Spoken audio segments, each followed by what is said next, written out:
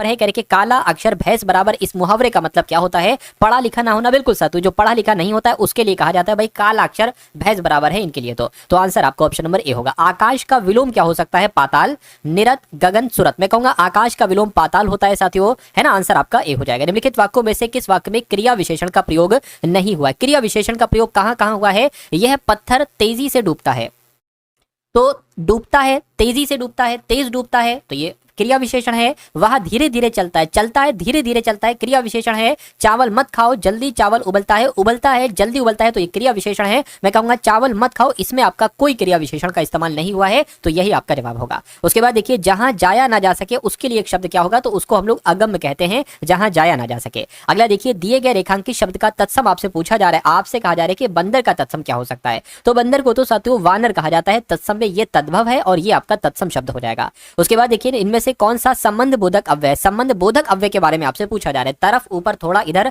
मैं कहूंगा तरफ शब्द जो है ये आपका संबंध बोधक शब्द है। राइट आंसर आपका ऑप्शन नंबर ए है। अगला सवाल आपकी स्क्रीन पर कह रहे कि कौन सा एक वाक्य संकेतवाचक सर्वनाम का नहीं है? संकेतवाचक सर्वनाम का नहीं है। नदी में पानी नहीं है, यह मेरी पुस्तक है, इसमें देखिए संकेतवाचक सर्वनाम है। यह लड़का इस कक्षा का मॉनिटर है, वह आदमी, इन तीनों में कहीं ना कहीं संकेतवाचक सर्वनाम है, लेकिन नदी में पानी नहीं है, इसमें नहीं है, तो आपका जवाब इस सवाल का ऑप्शन नंबर ए हो जाता है। उसके बाद देखिए, जब मैं था हरी नहीं, अब हरी है मैं नहीं, सब अंधियारा मिट गया जब दीपक देखा माही। तो इसमें कौन सा रस है? देखिए कितने कैसे कह रहे हैं, जब मैं था, जब हरी नहीं, अब हरी है मैं नहीं, सब अंधियारा मिट गया। कितना शांत शांत लग रहा है, तो यहां पर आपका कौन सा रस होगा? शांत रस हो जाएगा। पंक्तियों को 2-3 बार पढ़ेंगे, उससे आप अंदाजा लगा सकते हो कि इसमें कौन सा रस हो सकता है, ये वाला, ये वाला, ये वाला या ये वाला। अगले नंबर का सवाल देखिए साथियों, अवतरण चिन्ह को और किस नाम से जाना जाता है? तो इसको उद्धरण चिन्ह भी कहा जाता है। अवतरण चिन्ह को, चलिए, किसका प्रयोग सदैव बहुवचन में होता है? आपका जवाब साथियों होगा दर्शन, नारी, लता, गाय। मैं कहूंगा दर्शन शब्द का प्रयोग हमेशा बहुवचन में होता है।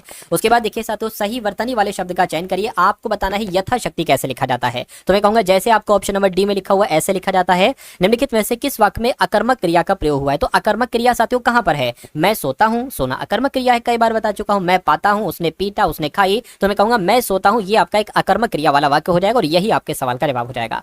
हरी भिखारी को रुपए देता है, रेखांकित में कौन सा कारक है? तो मैं कह सकता हूं साथियों कारक कौन सा है? देखिए, हरी भिखारी को अगर कोई दान में कोई चीज दी जाती है या भीख में कोई चीज दी जाती है, कोई गिफ्ट दिया जाता है, तो वहां पर जो को आता है उसके लिए साथियों हम के लिए का इस्तेमाल करते हैं, यानी कि हरी भिखारी के लिए रुपए देता है, तो यहां पर इसलिए संप्रदान कारक आपका जवाब हो जाएगा। बहुत सारे बच्चे कर्म लगा देंगे जो कि गलत होगा साथियों। अगले नंबर का सवाल देखिए, यथा शीघ्र में कौन सा समास है? तो यथा अगर आपको किसी भी शब्द में दिख जाए शुरू में यथा और समास पूछा जाए, तो वहां पर आपको हमेशा अव्यय भाव समास बताना है, यानी कि सही जवाब आपका ऑप्शन नंबर डी होगा। अगला देखिए, शाम को पुस्तक पढ़नी है, ये किस वाच्य में है? शाम को पुस्तक पढ़नी है, तो ये साथियों आपका कर्म वाच्य में हो जाएगा, कर्म की प्रधानता है, तो आंसर आपका ऑप्शन नंबर सी होगा। मोहन शब्द में कौन सी संज्ञा है आपसे पूछी जा रही है? तो मोहन में दुनिया में किसी का भी अगर नाम है, मोहन, सुरेश, नरेश, इन सभी नामों में सातु व्यक्तिवाचक संज्ञा होती है। अगला देखिए, विद्वान का स्त्रीलिंग साथियों क्या हो सकता है? बताइए, मैं आपको कई बार बता चुका हूं। आपका जवाब अगर ऑप्शन नंबर ए है, यानी कि विद्वान का स्त्रीलिंग विदुषी होता है, तो आपका जवाब बिल्कुल सही हो जाएगा। खड़ी बोली का प्रथम महाकाव्य कौन सा है? तो खड़ी बोली का प्रथम महाकाव्य मैं कहूंगा प्रिय प्रवास जो है ना, ये खड़ी बोली का प्रथम महाकाव्य कहलाया जाता है। अगला देखिए, निम्नलिखित में से अशुद्ध वाक्य साथियों इसमें से कौन सा है? तो सुमेधा आज छुट्टी पर है, यह अशुद्ध वाक्य है। अंजना ने नई साड़ी खरीदी, ये है। या कोयल पेड़ में बैठी है, कोयल पेड़ पर बैठी है, ये होना चाहिए, तो यह शुद्ध वाक्य हो जाएगा, यानी यही आपके सवाल का जवाब हो जाएगा। शांत रस का स्थायी भाव क्या होता है? जुगुप्सा, शोक, क्रोध या निर्वेद? तो मैं कहूंगा साथियों निर्वेद की अगर हम बात करें तो ये शांत रस का स्थायी भाव होता है। सही जवाब आपका ऑप्शन नंबर डी है। उसके बाद देखिए, संयुक्त वाक्य का उदाहरण इसमें से आपको यहाँ पर मुझे बताना है। तो संयुक्त वाक्य की अगर बात करते हैं साथियों, वह धन के अभिमान में अकड़कर चलता है, इसमें संयुक्त वाक्य नहीं है। जहां खेत थे वहां शहर बस गया, इसमें भी संयुक्त वाक्य नहीं है। बस छूट जाने के कारण मैं गाँव नहीं पाया, इसमें भी नहीं है। मैं अस्वस्थ था इसलिए मन लगाकर नहीं पढ़ पाया, अगर इसलिए कहीं पर आपको देखने को मिल जाए तो वो आपका इसलिए वाला वाक्य संयुक्त वाक्य के अंतर्गत ही आता है। गाय में कौन सी संज्ञा है? तो मैं कहूंगा गाय में भी आपका, गाय देखिए गाय के भी तो कई सारी प्रजातियां होती हैं, है ना, बहुत सारी तरह की गाय होती है, तो अगर कोई ऐसी चीज है जो बहुत तरह की है तो वो आपका जातिवाचक के अंतर्गत आएगा, यानी कि आंसर आपके सवाल का बिल्कुल सही हो जाएगा, ऑप्शन नंबर बी वाला। अगला देखिए, मनोबल में कौन सी संधि है? एक तो मनोबल की अगर हम बात करते हैं, इसका संधि विच्छेद करें तो मना धन बल बन जाएगा, लेकिन इसमें संधि की अगर बात करते हैं तो सातु विसर्ग संधि इसमें आपकी हो जाएगी। अगला देखिए, निम्नलिखित वाक्य का काल भेद बताइए। उसने खाया है, तो उसने खाया है ये कैसा वाक्य है? तो ये भविष्य काल वाला वाक्य तो नहीं है, तात्कालिक वर्तमान काल वाला भी वाक्य भी नहीं है, मैं कहूंगी पूर्ण वर्तमान काल वाला वाक्य है, उसने खाया है। चलिए अगले नंबर का सवाल देखिए कि निम्नलिखित वाक्य में रेखांकित भाग के लिए एक सार्थक शब्द ज्ञात कीजिए। इतना प्रिय बोलने वाली वह स्त्री कौन है? तो प्रिय बोलने वाली स्त्री, इसके लिए क्या हो सकता है साथियों? प्रिय बोलने वाली स्त्री को क्या कहा जाता है? मैं कहूंगा प्रियवदा कहा जाता है। तो प्रियवदा आपके सवाल का बिल्कुल राइट आंसर हो जाता है। अगला देखिए जातिवाचक संज्ञा इसमें से साथियों कौन सी है? तो रसीला, कामायनी, वकील या राम। तो यहाँ पर वकील शब्द जो है ये एक जातिवाचक संज्ञा के अंतर्गत आता है। आंसर आपका ऑप्शन नंबर सी होगा। उसके बाद देखिए साथियों अगला सवाल आपकी स्क्रीन पर करके, हम दीवानों की क्या हस्ती है, आज यहाँ कल वहां चले। इस पंक्तियों की अगर बात करते तो ये पंक्तियां किसकी हैं? तो ये पंक्तियां मैं कहूंगा भगवती चरण वर्मा की हैं। आंसर आपका ऑप्शन नंबर डी हो जाता है। जल ही जीवन है, उक्त वाक्य में रेखांकित शब्द के पर्यायवाची का चयन करिए साथियों। तो यहाँ पर जल की बात की जा रही है, यानी कि जल का पर्यायवाची क्या द्रग होता है? नहीं साथियों। हर होता है? नहीं। मतंग होता है? नहीं साथियों। पानी कह सकते हैं, जल को पानी कह सकते हैं। तो सही जवाब अगर आपका भी ऑप्शन नंबर डी है तो बिल्कुल करेक्ट है। तपस्वी का सही स्त्रीलिंग शब्द है, तो तपस्वी की अगर बात करते हैं साथियों तो तपस्विनी होता है। क्या होता है? तपस्वी का स्त्रीलिंग तपस्विनी होता है। आंसर आपका ए होगा। सरस्वती पत्रिका के यशस्वी संपादक कौन थे? तो साथियों कौन थे सरस्वती पत्रिका के? ये सवाल वाकई में बहुत इंपॉर्टेंट है और आपके एग्जाम में किसी ना किसी 8, 9, 10 जून में से किसी ना किसी शिफ्ट को पूछा जाएगा। सरस्वती पत्रिका के यशस्वी संपादक साथियों महावीर प्रसाद द्विवेदी थे। आंसर आपका ऑप्शन नंबर बी होगा। अगला देखिए, मुझे बारिश में भीगना पसंद नहीं है, ये किस प्रकार का, किस सर्वनाम का उदाहरण है? मुझे बताइए। मुझे, अगर मुझे की बात चल रही है तो ये साथियों उत्तम पुरुष है। उत्तम पुरुष, प्रथम पुरुष भी इसको हम लोग कह सकते हैं, है ना। अन्य पुरुष में क्या आता है? वह आता है साथियों और यह आता है। और एक तरीके से अगर बात करते हैं साथियों, मध्यम पुरुष में क्या आता है? तुम आता है, तुम लोग आता है। और उत्तम पुरुष में आता है मैं, हम, है ना। अगला सवाल देखिए, आपसे यहाँ पर कहा जा रहा है कि निम्न वाक्य के लिए रिक्त स्थान आपको भरना है। आपसे कह रहे हैं कि साथियों समुद्र का विस्तार सीमा है, समुद्र का विस्तार ये आएगा। समुद्र का विस्तार अवलंबित है या असीम है? मैं कहूंगा असीम शब्द यहाँ पर आ जाएगा। समुद्र का विस्तार असीम है। आंसर आपका सी होगा। सजावट शब्द का प्रत्यय आपसे यहाँ पर पूछा जा रहा है, तो सजावट का प्रत्यय क्या हो जाएगा? मैं कहूंगा आवट हो जाएगा, सजावट का प्रत्यय। नेक्स्ट नंबर का सवाल देखिए साथियों, कह रहे हैं कि कौन सा वाक्य व्यक्तिवाचक विशेषण का कौन सा उदाहरण है? तो व्यक्तिवाचक विशेषण की अगर हम बात करते हैं, नागपुरी केले मीठे होते हैं, उस लड़के को निकाल दो, मेरे 100 रुपए कहाँ गए, प्रत्येक छात्र को किताब दो। ये सवाल देखिए मैं 2 से 3 बार करवा चुका हूं। मैं आपको बता देना चाहता हूं, नागपुरी के लिए कहीं ना कहीं व्यक्तिवाचक विशेषण के अंतर्गत ही आ जाएंगे। 9 2 11 होना इस मुहावरे का मतलब क्या होता है? तो भाग जाने को कहा जाता है साथियों, वो तो 9 2 11 हो गया। आंसर आपका बी होगा। रेखांकित शब्द का तत्सम बताइए। आपसे कहा जा रहा है साथियों भगवान को फूल अर्पित करो, यानी कि फूल का तत्सम क्या होगा? तो फूल को तो साथियों पुष्प कहा जाता है, तो पुष्प कहते हैं तो पुष्प आपका जवाब होगा। उसके बाद देखिए, अरे जरा इधर तो आ, इसमें कौन सा अव्यय है? तो इसमें विस्मयादि बोधक अव्यय है, काल वाचक है, परिमाणवाचक है, प्रश्नवाचक है। मैं कहूंगा विस्मयादि बोधक अव्यय है। आंसर आपका जो जाएगा वो ऑप्शन नंबर साथियों ए हो जाता है। चलिए साथियों अगले नंबर का सवाल आप लोग देख लीजिए। कहने के निम्नलिखित वाक्यांश के लिए सार्थक शब्द चुनिए जिसके समान कोई दूसरा ना हो। तो जिसके समान कोई दूसरा ना हो, इसके लिए एक शब्द क्या होगा? इसको हम लोग अद्वितीय कहेंगे। क्या कहेंगे साथियों? जिसके समान कोई दूसरा ना हो, अद्वितीय कहा जाएगा। राइट आंसर आपका ए होगा। पोलियो टीके का आविष्कार किसने किया? तो अब देखिए, अब साथियों यहाँ से आपके सामने जो क्वेश्चन स्टार्ट हो चुके हैं, जीके, जीएस, यूपी जीके और करंट अफेयर के क्वेश्चन स्टार्ट हो चुके हैं। लगभग 75 सवाल तक हम लोग साथियों देखेंगे और आप लोग बने रहिएगा, क्योंकि ये सवाल आपके लिए वाकई में बहुत इंपॉर्टेंट यहाँ पर है। एक एक सवाल चुनिंदा है, तराशा हुआ, समझ लीजिए साथियों, आपके लिए सिलेक्टेड क्वेश्चन लाया हूं आज। पोलियो टीके का आविष्कार किसके द्वारा किया गया था? तो जोनास सॉल की अगर बात करें, इनके द्वारा पोलियो के टीके का आविष्कार किया गया था। धान के उत्पादन में भारत का विश्व में कौन सा स्थान है? तो दूसरे नंबर पर है साथियों। कौन से स्थान पर है? दूसरे नंबर पर है। उसके बाद देखिए, रन्स एंड रूइंस पुस्तक के लेखक कौन है? तो इस पुस्तक की अगर बात करते हैं साथियों, Sunil Gavaskar runs and ruins नामक पुस्तक के लेखक है। नेक्स्ट नंबर का सवाल देखिए, वायुसेना के पद एयर मार्शल के समतुल्य थल सेना में कौन सा पद होता है? तो लेफ्टिनेंट जनरल का होता है। कौन सा होता है साथियों? एयर मार्शल के समतुल्य थल सेना में लेफ्टिनेंट जनरल का होता है। अगला देखिए, कौन सा दर्रा सिक्किम को चीन के तिब्बत स्वायत्त क्षेत्र से जोड़ता है? तो मैं कहूंगा साथियों, अगर हम नाथुला दर्रा की बात करते हैं तो ये सिक्किम को चीन के तिब्बत स्वायत्त क्षेत्र से जोड़ता है। उसके बाद देखिए, 1834 में ब्रिटिश भारत के प्रथम विधि आयोग की अध्यक्षता किसने की थी? तो पता साथियों किसके द्वारा की गई थी? लॉर्ड मैकाले के द्वारा ही 1834 में ब्रिटिश भारत के प्रथम विधि आयोग की अध्यक्षता ये लॉर्ड मैकाले के द्वारा ही की गई थी। उसके बाद देखिए, निम्नलिखित में से कौन सा विकल्प देश का सबसे छोटा लोकसभा निर्वाचन क्षेत्र है? तो किसकी बात चल रही है? मैं कहूंगा लक्षद्वीप की बात चल रही है। आपका अगर ये सवाल आता है तो आपको साथियों लक्षद्वीप लगा देना है। अगला देखिए, भारतीय संविधान और राज्य के कौन सा भाग केंद्र बीच विधायी संबंधों से संबंधित है? क्या पूछा जा रहा है? कहने के भारतीय संविधान का कौन सा भाग केंद्र और राज्य के बीच विधायी संबंधों से संबंधित है? तो मैं कहूंगा भाग 11 है। तो भाग 11 आपके सवाल का जवाब होगा। इसमें थोड़ा सा मिस्टेक है, मैंने आपको बता दिया है। कह रहे कि कौन सा भाग? तो मैं कहूंगा भाग 11 ये केंद्र और राज्यों के बीच संबंधों से संबंधित है। उसके बाद देखिए, कह रहे कि निम्नलिखित में से कौन सा कंप्यूटर प्राथमिक मेमोरी का उदाहरण है? तो कौन से कंप्यूटर की बात चल रही है? कौन से कंप्यूटर में प्राथमिक मेमोरी का एक उदाहरण है? तो रैम आपके सवाल का जवाब होगा, यानी कि कंप्यूटर में प्राथमिक मेमोरी का जो उदाहरण है वो क्या है साथियों, रैम है, और रैंडम एक्सेस मेमोरी ये इसकी साथियों क्या होती है, फुल फॉर्म होती है। उसके बाद देखिए अगले नंबर का सवाल आपकी स्क्रीन पर देखिए और बताइए जवाब क्या होगा।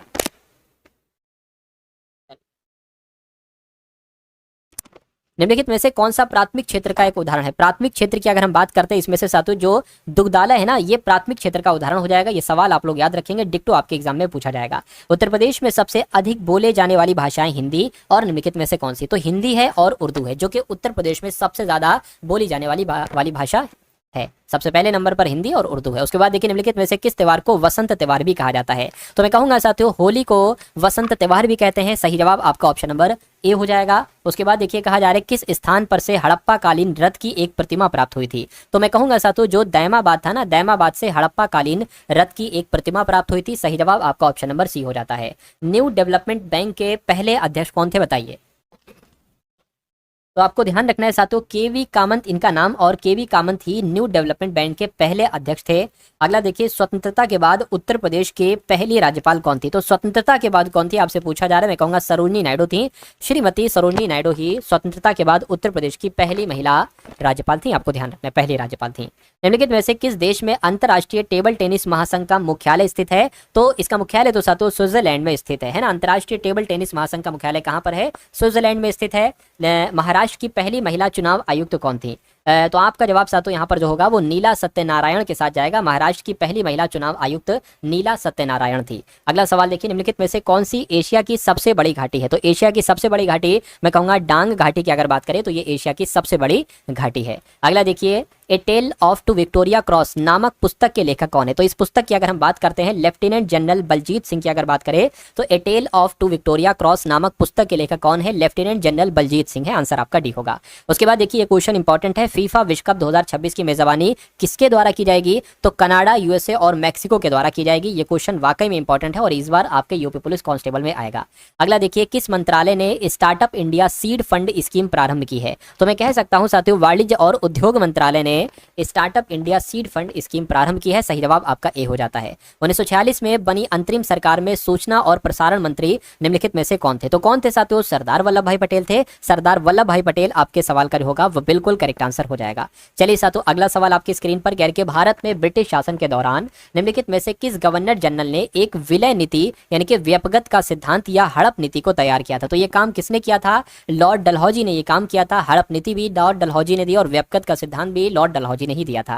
निम्नलिखित में से भारत की सबसे बड़ी मीठे पानी की झील कौन सी है, तो मीठे पानी की झील कौन सी है, मैं कहूंगा साथियों वूलर झील जो है ये मीठे पानी की झील है, इसलिए सही जवाब आपका ऑप्शन नंबर डी होगा। स्वामी विवेकानंद जी ने विश्व धर्म संसद में कहां भाग लिया था, तो कहां भाग लिया था, शिकागो में भाग लिया था। शिकागो आपका जवाब है तो बिल्कुल सही है। निम्नलिखित में से किस कार को राष्ट्रीय आय में सम्मिलित नहीं माना जाता है बताइए, तो कृषि उत्पादन को बेचने ये तो सातों राष्ट्रीय आय में सम्मिलित होता है। शिक्षण संस्थानों में कार्य चलन ये भी है। महिलाओं द्वारा घरेलू कार्य करना सातों ये उसमें शामिल नहीं है, अब नहीं है तो यही आपका जवाब है। मैक्सिको की खाड़ी तथा लेब्राडोर सागर निम्नलिखित में से किसके भाग है, तो ये पता सातों किसके भाग है, ये अटलांटिक महासागर के भाग हैं, तो अटलांटिक महासागर ऑप्शन नंबर डी आपके सवाल का जवाब होगा। एशिया की सबसे लंबी नदी कौन सी है, तो एशिया की सबसे लंबी आपसे नदी पूछी जा रही है। अगर बात करते हैं सातों यांगत्जे नदी, तो ये एशिया की ही सबसे लंबी नदी मानी जाती है। सूर्य की चमकती सतह क्या कहलाई जाती है, अच्छा विश्व की सबसे लंबी नदी बताइए और भारत की सबसे लंबी नदी एक बार बताइए आप लोग। सूर्य की चमकती सतह क्या कहलाई जाती है, तो सूर्य की चमकती सतह को फोटोस्फीयर कहा जाता है। क्या कहा जाता है, फोटोस्फीयर कहा जाता है साथियों। निम्नलिखित में से कौन सा भारतीय शहर पिछोला झील के किनारे स्थित है, तो उदयपुर की अगर बात करते हैं तो उदयपुर शहर ये पिछोला झील के किनारे पर ही तो स्थित है। बैगनी क्रांति यानी कि पर्पल रेवोल्यूशन को केंद्रीय विज्ञान और प्रौद्योगिकी मंत्रालय द्वारा जम्मू और कश्मीर में शुरू किया गया था। ये क्रांति किसकी खेती से संबंधित है, तो ये लेवेंडर की खेती से संबंधित है। राइट आंसर आपका ऑप्शन नंबर सी होगा। श्रीलंका के सांस्कृतिक केंद्र का नाम किस भारतीय कवि के नाम पर रखने की घोषणा की गई है, तो तिरुवल्लुवर की अगर बात करते हैं यानी कि तिरुवल्लुवर की अगर बात करें तो श्रीलंका के सांस्कृतिक केंद्र का नाम ये तिरुवल्लुवर भारतीय कवि के नाम पर रखने की घोषणा की गई है। उसके बाद देखिए कहा जा रहा है कि केंद्र ने किस क्रम के वेतन आयोग के गठन को मंजूरी दी है, तो मैं कहूंगा साथियों आपका जवाब जो जाएगा वो 8वें के साथ जाएगा, यानी कि केंद्र ने 8वें क्रम के वेतन आयोग के गठन को मंजूरी दी है। अगला देखिए साथियों 8वां हिंद महासागर सम्मेलन कहां पर आयोजित किया गया है? तो ये साथियों मस्कट में आयोजित किया गया है 8वां हिंद महासागर सम्मेलन। अगला देखिए, हर खेत स्वस्थ खेत अभियान शुरू किया गया है। तो ये साथियों कहां पर शुरू किया गया है? ये हरियाणा में शुरू किया गया है, हर खेत स्वस्थ खेत अभियान।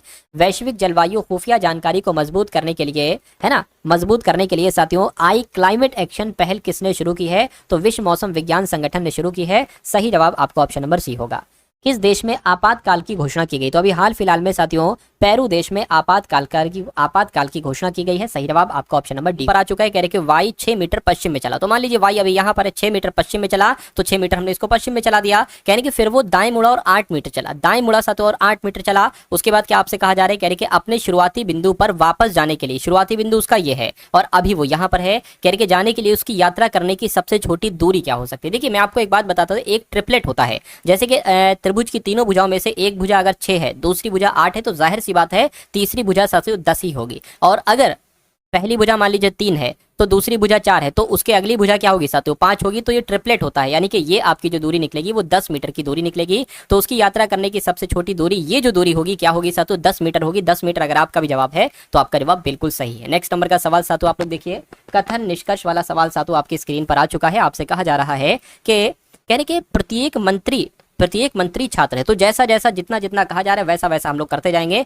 तो अगर बात करते हैं साथियों यहाँ पर मंत्री की, तो कहा गया है प्रत्येक मंत्री छात्र, यानी कि ये प्रत्येक मंत्री, सभी मंत्री जो है ना वो छात्र हो गया। उसके बाद कह रहे कि प्रत्येक छात्र अनुभवहीन है। अच्छा भैया, तो ये प्रत्येक छात्र की अगर बात करते हैं ये क्या हो गया साथियों? ये अनुभवहीन हो गया। अब निष्कर्ष देखिए और बताइए कौन सा सही कौन सा गलत। प्रत्येक मंत्री अनुभवहीन है, प्रत्येक मंत्री अनुभवहीन है, बिल्कुल साथियों मंत्री अनुभवहीन के अंतर्गत है, तो ये सही हो जाएगा। दूसरा देखिए, कुछ अनुभवहीन लोग छात्र हैं, कुछ अनुभवहीन लोग छात्र हैं, मैं कहूंगा बिल्कुल, है ना, कुछ अनुभवहीन लोग छात्र हैं, तो ये भी सही हो जाएगा। यानी कि दोनों निष्कर्ष यहाँ पर सही है, आंसर आपका सी होगा।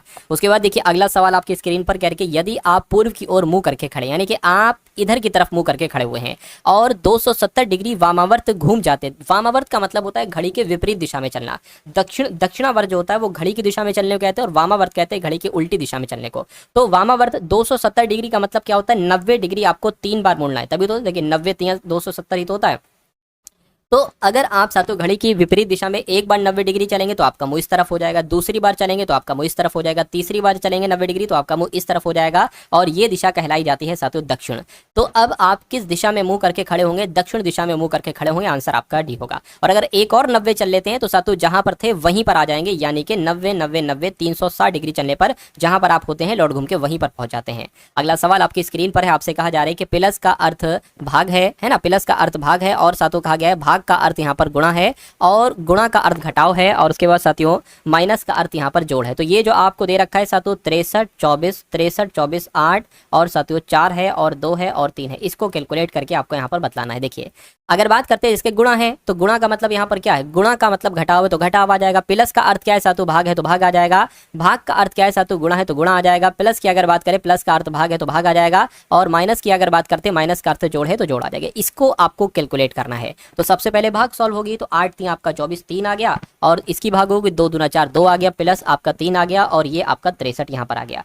63 माइनस 3 दूना 6, और ये क्या है? प्लस 3 है। तो 63 प्लस का 3 प्लस का कितना हो जाएगा? 66 हो जाएगा। 66 में से 6 जाएगा तो 60 आपका बचेगा, यानी कि आपके सवाल का जवाब जो होगा वो ऑप्शन नंबर बी हो जाता है। और जिनका आंसर ऑप्शन नंबर बी के साथ है मैं कहूंगा आंसर आपका बिल्कुल करेक्ट है। नेक्स्ट नंबर का सवाल देखिए, कह रहे कि निम्नलिखित में से कौन सा विकल्प नीचे दिए गए शब्दों का सार्थक क्रम होगा? थकान, रात, दिन, नींद, काम। देखिए सबसे पहले क्या होता है? सबसे पहले अगर बात करें तो सबसे पहले तो साथियों देखिए दिन होता है, यानी कि सबसे पहले भैया दिन हुआ। उसके बाद साथियों क्या होता है? वो आप काम करना स्टार्ट करते हो, तो उसके बाद साथियों काम करना आप स्टार्ट करते हो, यानी कि पहले 3 नंबर आएगा, फिर 5 नंबर आएगा, फिर काम करना स्टार्ट करते हो। उसके बाद काम से आपको थोड़ी थोड़ी थकावट हो जाती है, तो काम से आपको क्या हो जाती है साथियों? थकान सी हो जाती है ना। फिर रात आती है, यानी कि 2 नंबर, और फिर रात की अगर बात करते हैं रात आती है, और फिर आप नींद लेते हो। क्या लेते हो? नींद लेते हो, सो जाते हो, यानी कि 4। तो ये नंबर कौन से ऑप्शन में लिखा हुआ है? 351 24 में कहूंगा 351 24 ऑप्शन नंबर बी में लिखा हुआ है। तो जिनका आंसर ऑप्शन नंबर बी है तो बिल्कुल करेक्ट है। उसके बाद देखिए साथियों हाथी का संबंध जैसे श्रीलंका से है, कंगारू का संबंध वैसे किससे होगा?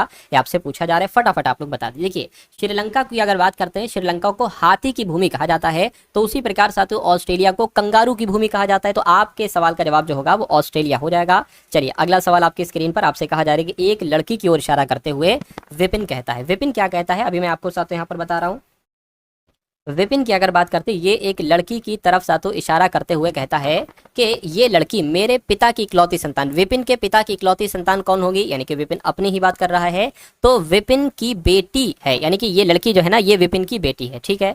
तो ये पिता होगा, ये उनकी पुत्री होगी, कह के विपिन की पत्नी पार्वती, विपिन की पत्नी पार्वती का उस लड़की से क्या संबंध, तो ये भी तो सातु बेटी होगी, यानी कि वो लड़की क्या कहेगी पार्वती को, तो वो लड़की माता जी कहेगी। माता जी कहाँ पर है, ऑप्शन नंबर बी वाले में है। चलिए अगला सवाल आपकी स्क्रीन पर है, देखिए सवाल को और बताइए आपका जवाब क्या होगा। आपसे कह रहे हैं कि शेर का संबंध जैसे मांद से है, क्या वैसे ही साथियों खरगोश का संबंध किससे होगा, तो शेर कहाँ रहता है, मांद में रहता है, और खरगोश कहाँ रहता है, बिल में रहता है, तो बिल आपके सवाल का जवाब हो जाता है। उसके बाद देखिए साथियों यहाँ पर आपसे कहा जा रहा है कि यदि परसों शुक्रवार था, क्या था परसों शुक्रवार था। देखिए अगर परसों शुक्रवार था तो बीते कल क्या दिन होगा, परसों तो आपको बताया गया है सातों शुक्रवार है, तो परसों की अगर बात करते हैं यहाँ पर सातों शुक्रवार है, तो अब उसके बाद सातों क्या हो जाएगा, शनिवार हो जाएगा, और आज क्या होगा, आज सातों रविवार होगा। तो कह रहे हैं कि आगामी कल यानी कि आने वाले कल को कौन सा दिन होगा, सोमवार होगा। आगामी कल के बाद चौथा दिन क्या होगा, तो सोमवार की अगर बात करते हैं, सोमवार, मंगलवार, बुधवार, है ना, बुधवार और गुरुवार और फिर शुक्रवार, यानी कि शुक्रवार ही आ जाएगा। तो शुक्रवार आपके सवाल का बिल्कुल सही जवाब हो जाएगा। अगला सवाल आपकी स्क्रीन पर है, नंबर सीरीज का सवाल है। आपसे कहा जा रहा है कि 15 सबसे पहले है, उसके बाद 36 है, उसके बाद सातु 63 है, उसके बाद 96 है, तो उसके बाद यहाँ पर सातु कौन सा नंबर आ सकता है, ये बात आपसे पूछी जा रही है।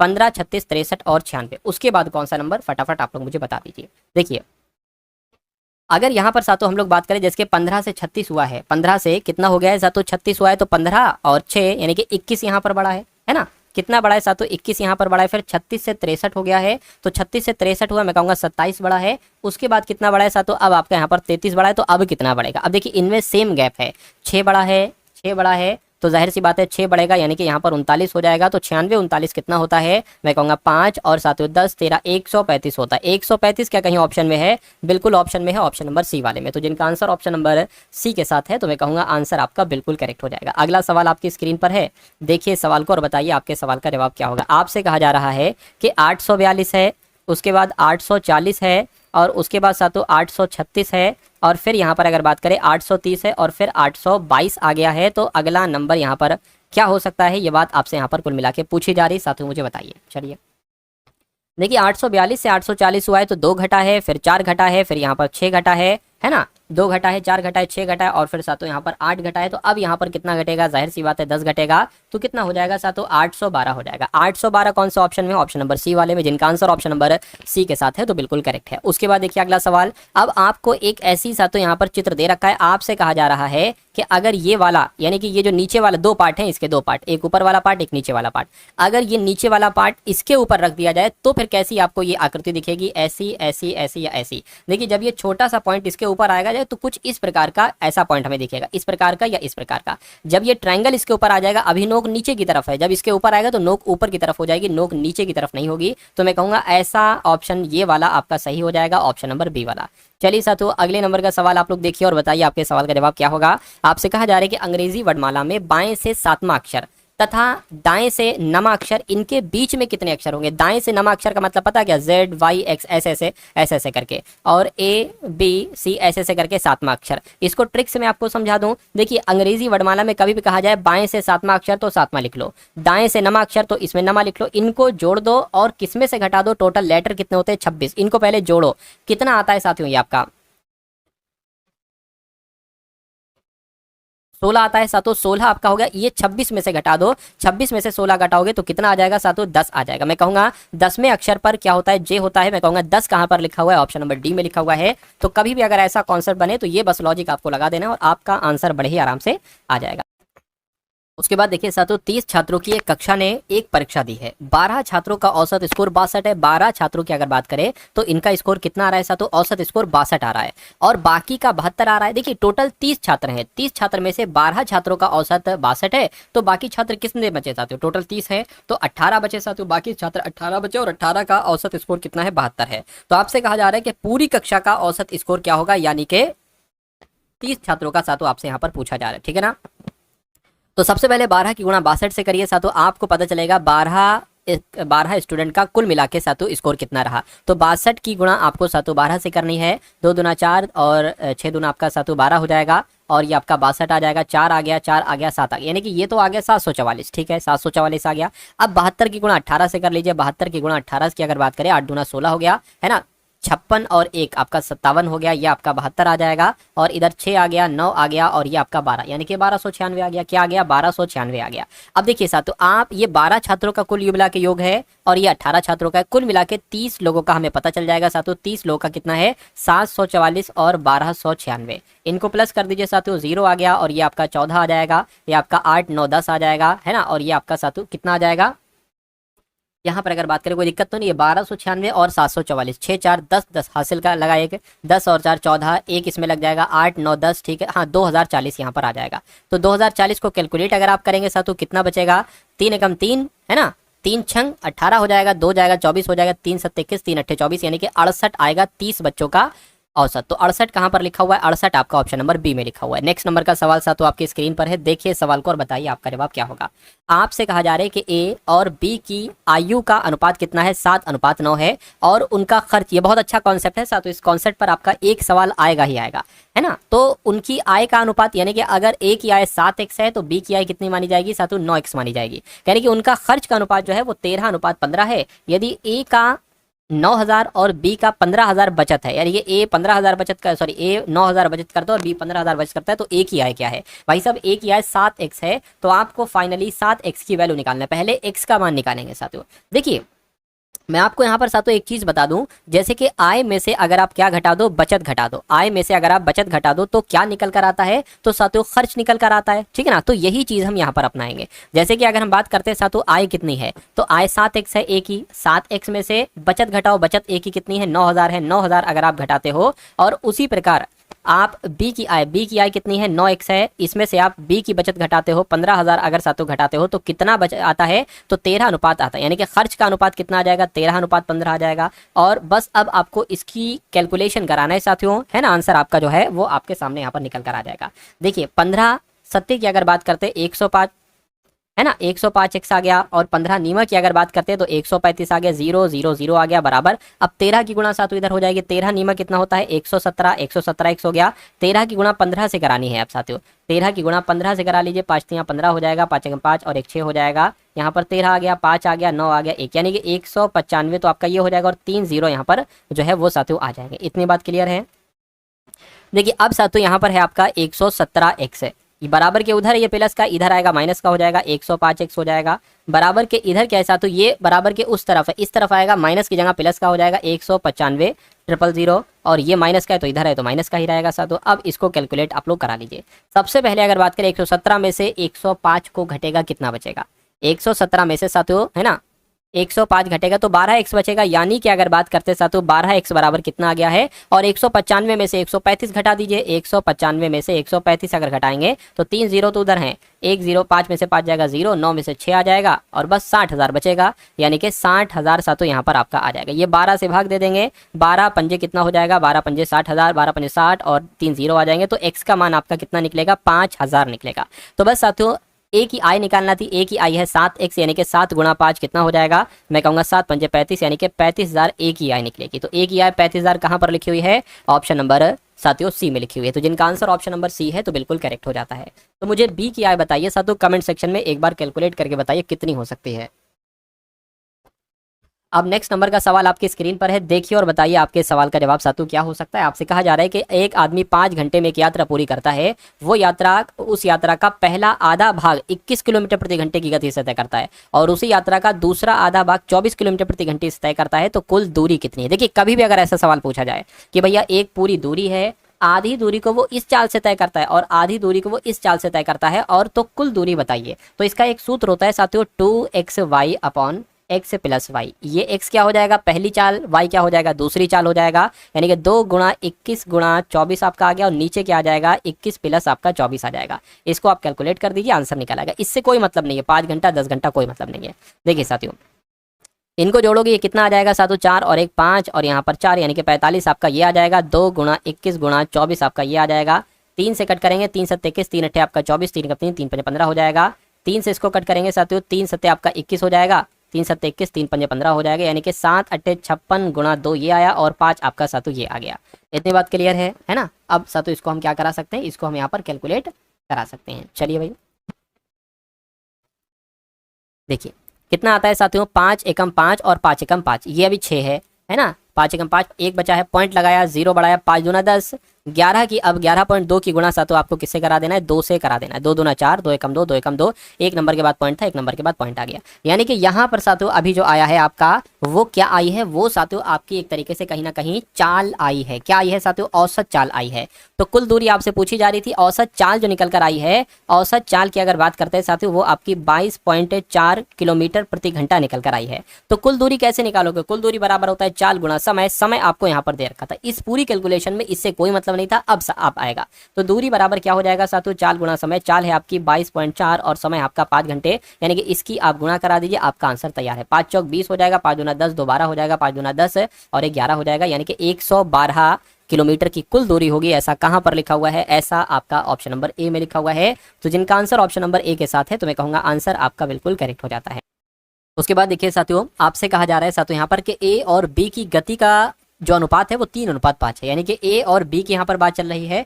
और 3:5 जो है साथियों ये क्या अनुपात है, ये चाल का अनुपात है, गति का अनुपात है। उसके बाद कह रहे हैं कि गंतव्य तक पहुंचने में ए को बी से 30 मिनट अधिक लगते हैं। ए तक गंतव्य कितने समय में पहुंचता है, ये आपसे पूछा जाए। ए गंतव्य तक कितने समय में पहुंचा। देखिए अगर चाल का अनुपात 3:5 है तो समय का जो अनुपात है वो इसका उल्टा हो जाता है, 3:5 की जगह साथियों 5:3 हो जाता है ना।